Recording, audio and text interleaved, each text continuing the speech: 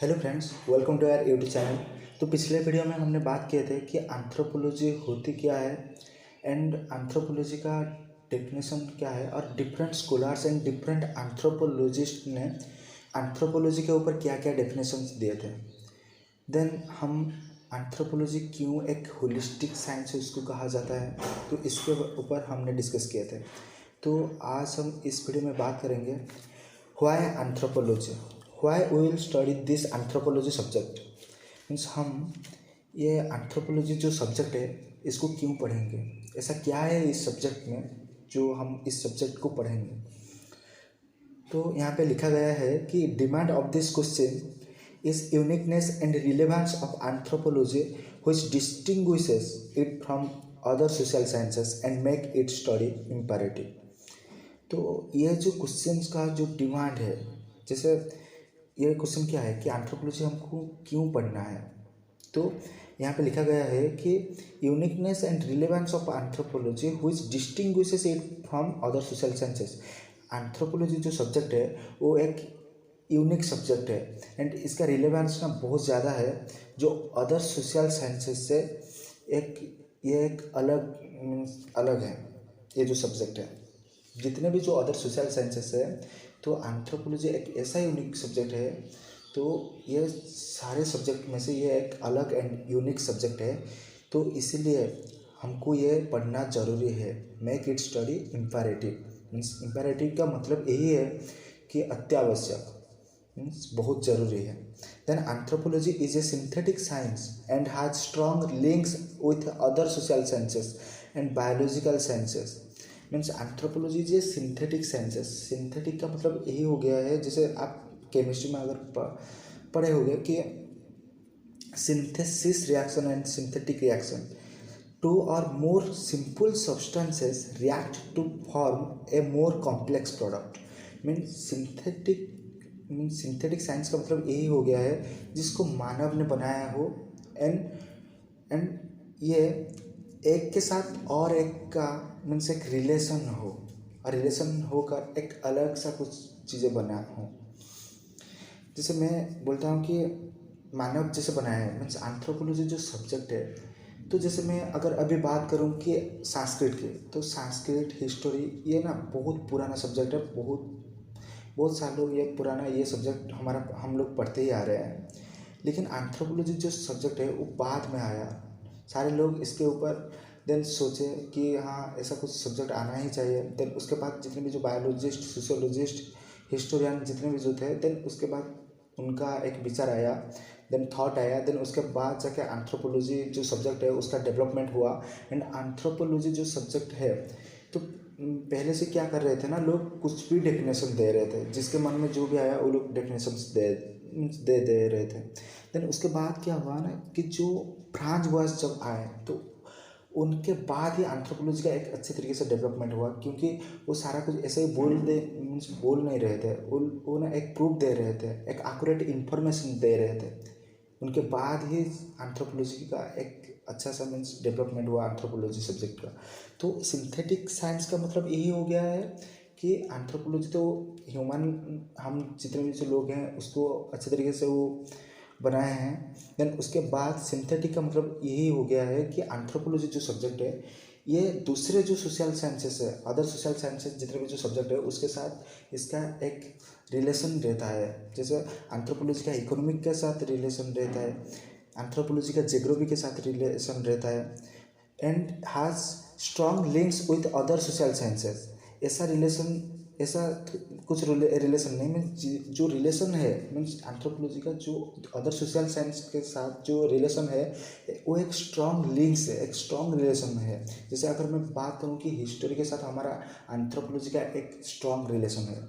अगर हम एंथ्रोपोलॉजी पढ़ते हैं, जैसे हिस्ट्री अगर हम लोग पढ़ते हैं, तो वहाँ पे क्या करते हैं ना कि पास्ट कल्चर, पास्ट सोसाइटी के बारे में थोड़ा कुछ मीन्स पढ़ते हैं, वहाँ पे कुछ समझते हैं कि क्या था क्या नहीं। लेकिन एक एक्यूरेट इन्फॉर्मेशन हमको हिस्टोरी नहीं दे सकता। लेकिन जब हम एंथ्रोपोलॉजी पढ़ेंगे तब यहाँ पे एक मीन्स कोई भी अगर मटेरियल रिमेंस मिलेगा हमको, तो हम यहाँ पे मीन्स डेटिंग मेथड करेंगे, तभी जाके हमको पता चलेगा कि नहीं ये इतना साल पुराना चीज़ है।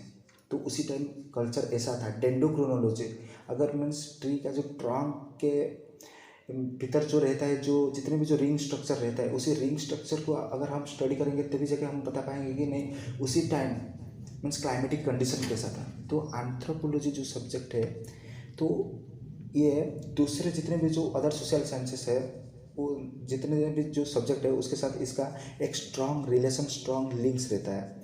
Yet it's contribution in human square is unique, इसीलिए तो ये यूनिक सब्जेक्ट है, क्योंकि यहाँ पे हम सारा कुछ चीज़ें पढ़ते हैं और दूसरे सब्जेक्ट के साथ ये एक स्ट्रॉन्ग मीन्स लिंक्स रहता है। और ह्यूमन, अगर देखो हिस्ट्री जो है, तो हिस्ट्री भी ह्यूमन के बारे में बात करता है। इकोनॉमी में भी हम ह्यूमन के बारे में थोड़ा कुछ पढ़ते हैं एंड सोशियोलॉजी में भी पढ़ते हैं, लेकिन एंथ्रोपोलॉजी ह्यूमन स्पीयर का मीन्स ह्यूमन के ऊपर एक अच्छी तरीके से एक कॉम्प्लेक्स हम यहाँ पे स्टडी करते हैं। The major issues resolve by anthropology in short span of its existence are many which make it study imperative. इसलिए तो ये इतना ज़रूरी है, इसको पढ़ना बहुत ज़रूरी है, क्योंकि ये ह्यूमन स्पीयर का ऑल टोटल मीन्स कॉम्प्लेक्स यहाँ पे स्टडी हम करते हैं। देन उसके बाद है कि यहाँ पे कुछ हेडिंग है जिसको मैं उसके बारे में मैंने थोड़ा कुछ लिख दिया हूँ यहाँ पे कि अंडरस्टैंडिंग ह्यूमन डिफरेंसेस। एंथ्रोपोलॉजी एक यूनिक सब्जेक्ट है। हम जो बोलते हैं कि नहीं, anthropology is most liberating of all sciences, social sciences और सोशल साइंसेस। तो एंथ्रोपोलॉजी जो सब्जेक्ट है, जितने भी जो अदर सोशल साइंसेस है उससे ये भिन्न है, एक स्वतंत्र सब्जेक्ट है। कैसे ना, अंडरस्टैंडिंग फर्स्ट पॉइंट यहाँ पे मैं लिखा गया है यहाँ पे कि understanding human differences means human के अंदर मीन्स जैसे आप एक इंसान हो और एक इंसान है, तो जैसे आप सब लोग दे रहे हो यूपीएससी दे रहे हो, लेकिन किसका इंटरेस्ट है कि नहीं मुझे आईएएस बनना है, कोई ऐसा किसका ऐसे ही इंटरेस्ट है कि नहीं मुझे आईपीएस बनना है। तो सबका इंटरेस्ट एक अलग अलग सा है। तो ह्यूमन का फिजिकल ट्रेट्स हो जाए या कोई भी मीन्स फिजिकल फीचर्स हो गया, बायोलॉजिकल प्रोसेस, जितने भी जो लोग हैं उनके अंदर डिफरेंसेस है। तो यही मीन्स हम जब एंथ्रोपोलॉजी पढ़ते हैं तो ह्यूमन के अंदर क्या क्या डिफरेंस रहता है, तो ये सब कुछ हम यहाँ पे अच्छे तरीके से समझ पाएंगे। Then anthropology has clarified all myths regarding tribal being, savage and barbarous people. हम जो पहले से हम लोग ये सोचते थे कि जो आदिवासी जो भी लोग रहते थे, आदिवासी जो लोग हुआ करते थे, तो वो बहुत बारबेरियस थे, मीन्स बहुत निष्ठुर थे, वो अच्छे नहीं थे और वो बहुत भयंकर थे, मीन्स डरावना थे। तो हम उनको जब देखते थे तो हमको एक डर लगता था कि हाँ वो अच्छे नहीं है, वो ऐसा ही है। तो ये जितने भी जो मिथ्स हैं कि हम जो सोच रहे थे कि नहीं वो अच्छा नहीं है, वो ऐसा नहीं है, तो एंथ्रोपोलॉजी ये जितने भी जो मिथ्स है उसको वो क्लैरिफाई किया है कि नहीं वो लोग भी अच्छे हैं। Then it also proved that physical differences between different groups are the consequences of the adaptation of each group to its environment. Means जितने भी मीन्स जैसे अगर मैं बात करूँ कि मीन्स अमेरिका में जो लोग रहते हैं तो उनका अलग सा मीन्स फिजिकल ट्रेट्स रहेगा। मीन्स उनका फिजिकल मीन्स जैसे अगर कोई मीन्स ठंडे एरिया में वो रहता है तो उनका स्किन कलर कैसा रहेगा, तो मीन्स वाइट रहेगा। तो हम जितने भी जो लोग जिस भी एनवायरनमेंट में रह रहे हैं तो उनके हिसाब से, एनवायरनमेंट के हिसाब से उनका फिजिकल डिफरेंसेस रहता है। Then study of human races in terms of physical and genetic features. तो रेसेस का मतलब यही हो गया है कि फिजिकल ट्रेट्स, जैसे हम इंडिया में रहते हैं तो हमारा जो हेयर कलर है वो ब्लैक है, तो जो अलग जो जितने भी जो कंट्री में जो लोग रहते हैं उनका हेयर कलर, उनका आई कलर, उनका स्किन कलर हमसे थोड़ा भिन्न है। तो ह्यूमन रेसेस का मतलब हो गया कि मीन्स जो फिजिकल ट्रेट्स रहता है, हम जिस भी एनवायरनमेंट पे में रह रहे हैं तो बाकी जो दूसरे जो लोग वहाँ पे रह रहे हैं तो हमारा और उनका जो रेसेस है, तो फिजिकल ट्रेट्स है, जेनेटिक फीचर्स है, जैसे हेयर कलर हो गया, स्किन कलर हो गया, ये सारा कुछ चीज़ डिफरेंस है। देन जितने में जो डिफरेंस है तो यहाँ पे हम यही सब स्टडी करते हैं। Then understanding ourselves means हम हमारे ऊपर एक अच्छे तरीके से समझ पाएंगे कि हम क्या हैं। Anthropology studies prove that all behavior is learned and not inherited, which help us to understand ourselves and change our culture accordingly.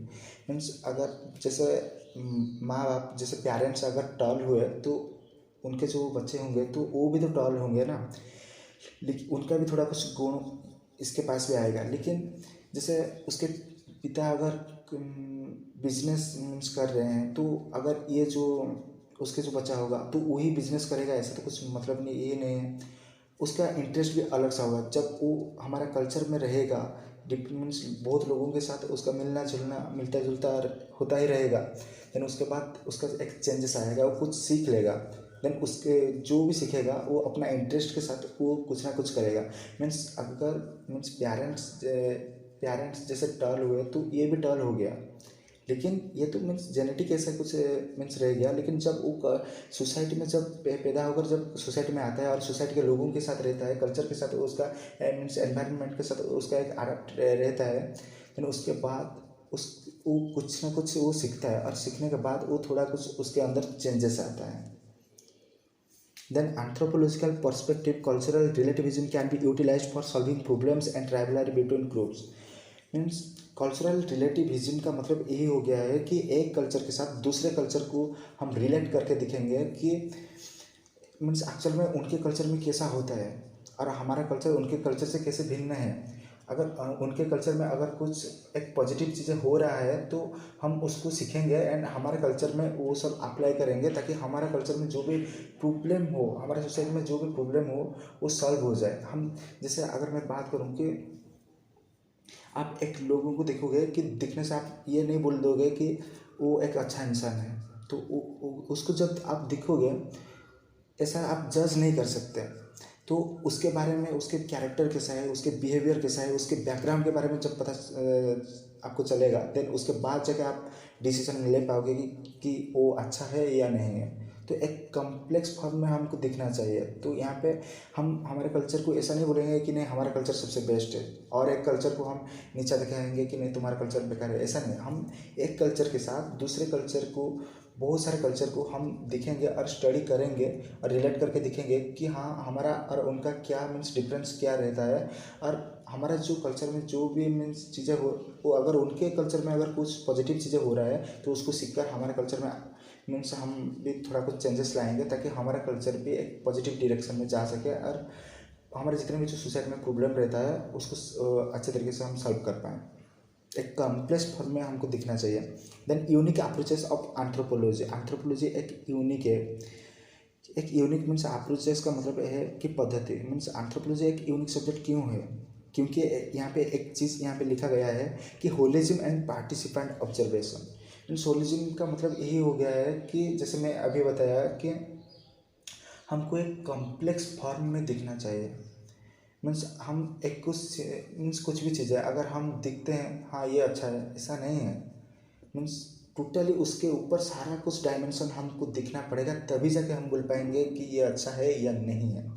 Then उसके बाद पार्टिसिपेंट ऑब्जर्वेशन। हम किसी लोग जैसे अगर कोई मीन्स रोड पे काम कर रहा है, हम लोग बोल रहे हैं कि नहीं ये रोड में काम कर रहे हैं, बहुत बहुत मुश्किल है मीन्स ये काम करना। हाँ ये बहुत मीन्स हार्डवर्क कर रहा है, ये बहुत कष्ट कर रहा है, वो मीन्स बहुत हार्डवर्क, ये जो लोग हैं बहुत हार्डवर्क करते हैं और इनके जीवन में बहुत दुख है, ऐसा हम नहीं बोल सकते हैं। बोलने से हम इतना समझ नहीं सकते हैं।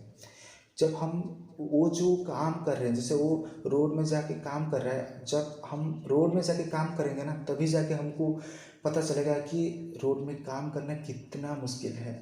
ऐसा हम बोलने से हम नहीं समझ पाएंगे, कोई दिखने से समझ नहीं पाएंगे। जब हम वो जो काम कर रहा है हम वहाँ पे जाके पार्टिसिपेट करेंगे और पार्टिसिपेट करने के बाद ही जाके हम ऑब्जर्वेशन कर सकते हैं। अगर हम जो बोल रहे हैं कि नहीं कि ट्राइबल लोग जिस भी सोसाइटी में रह रहे हैं वो थोड़ा बहुत मीन्स उनका जो जैसे कंडीशन सिचुएशन जैसा ही रह रहा है कि वो बहुत मीन्स मुश्किल से वो उनके हालात वो गुजार रहे हैं, तो ऐसा नहीं है। जब हम उनके जगह रहेंगे ना तो तभी जाके हम समझ पाएंगे। तो पार्टिसिपेट करना चाहिए। तो एंथ्रोपोलॉजी में क्या होता है ना कि एक रहता है हमारा अप्लाइड एंथ्रोपोलॉजी, एक रहता है हमारा एक्शन एंथ्रोपोलॉजी। तो यहाँ पे नेक्स्ट में वही बताया गया है कि अप्लाइड एंथ्रोपोलॉजी का मतलब यही हो गया है कि मीन जैसे अगर मैं दिल्ली में जो दिल्ली जो एरिया है वहाँ पे मैंने कभी नहीं गया, जो न्यूज़पेपर रह गया या कुछ भी मीन्स बड़े बड़े किताब जिन्होंने लिखे हैं तो उनकी किताब पढ़ूंगा, मैं न्यूज़पेपर पढ़ूंगा, और जितने भी जो आउटर रिसोर्सेस है उससे पढ़कर मैं मीन्स दिल्ली के बारे में जानूंगा, और उसके बाद जाके मैं दिल्ली के बारे में कुछ ना कुछ मैं बताऊंगा। ये हो गया हमारा अप्लाइड एंथ्रोपोलॉजी। लेकिन एक्शन एंथ्रोपोलॉजी में यही नहीं, आप वहाँ पे खुद जाओगे, खुद जाके सारा कुछ चीज़ें ऑब्जर्व करोगे, देन उसके बाद जाके तुम कुछ बताओगे। यही हो गया हमारा एक्शन एंथ्रोपोलॉजी।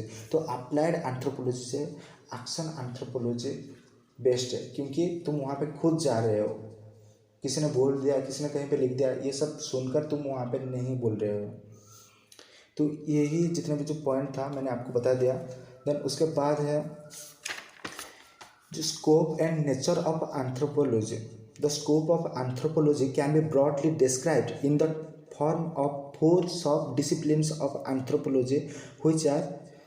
तो यहाँ पे मैं एक चीज़ बताना चाहूँगा कि scope and nature of anthropology, इसका स्कोप क्या है एंथ्रोपोलॉजी का।